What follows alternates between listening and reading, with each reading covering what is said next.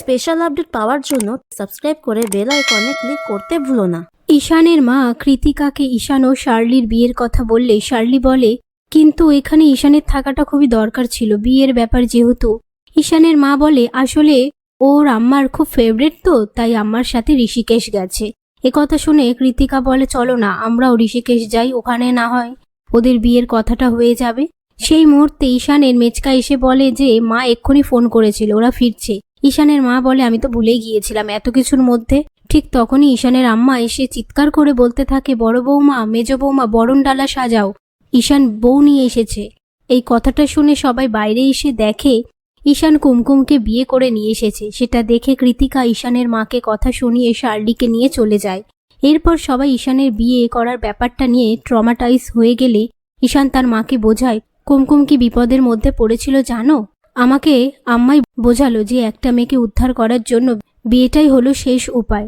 এর জন্য আমি কুমকুমকে বিয়ে করেছি, না হলে আমি ওকে কোন পরিচয়ে এ বাড়িতে এনে রাখতাম বলো? এই সমস্ত কথা বলাতে ঈশানের মা ঈশানের বিয়েটা মন থেকে মেনে নিতে পারে না, আর কুমকুমের দিকে তাকিয়ে বলে, একটা কারখানার লেবার বিধবা মেয়ে, ও হবে আমার ঈশানের বউ? ওর কোনো যোগ্যতা নেই।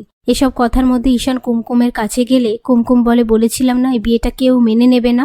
ঈশান বলে, প্লিজ তুমি আমার পাশে থাকো, আমাকে ছেড়ে যেও না। তারপর ঈশানের মা এসে ঈশানকে বলে, ওকে ওখানেই রেখে চলে এসো।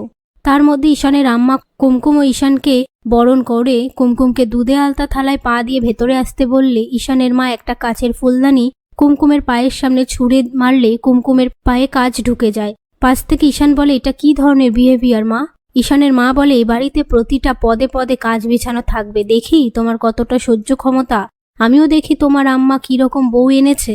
ঈশান বলে, আমি আবারও বলছি এই বিয়েটা আমি নিজে থেকে করেছি, আম্মা আমাকে বলেনি। ঈশানের মা বলে, তুমি তো তোমার আম্মাকে বাঁচানোর জন্য এসব কথা বলছো।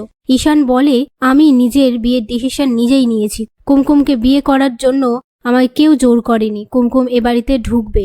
পাশ থেকে কুমকুম বলে, আপনি কি বলছেন সাহেব বাবু, উনি তো আপনার মা, মায়ের আশীর্বাদ না নিয়ে আমি এ বাড়িতে ঢুকি কি করে? উনি তো বিয়েটাই মানছেন না। ঈশান বলে, কেউ মানুক চাই না মানুক, এই বিয়েটা তোমার আর আমার, কাজেই ঠিক ভুল যাই হোক আমাদের, আর কারণ না।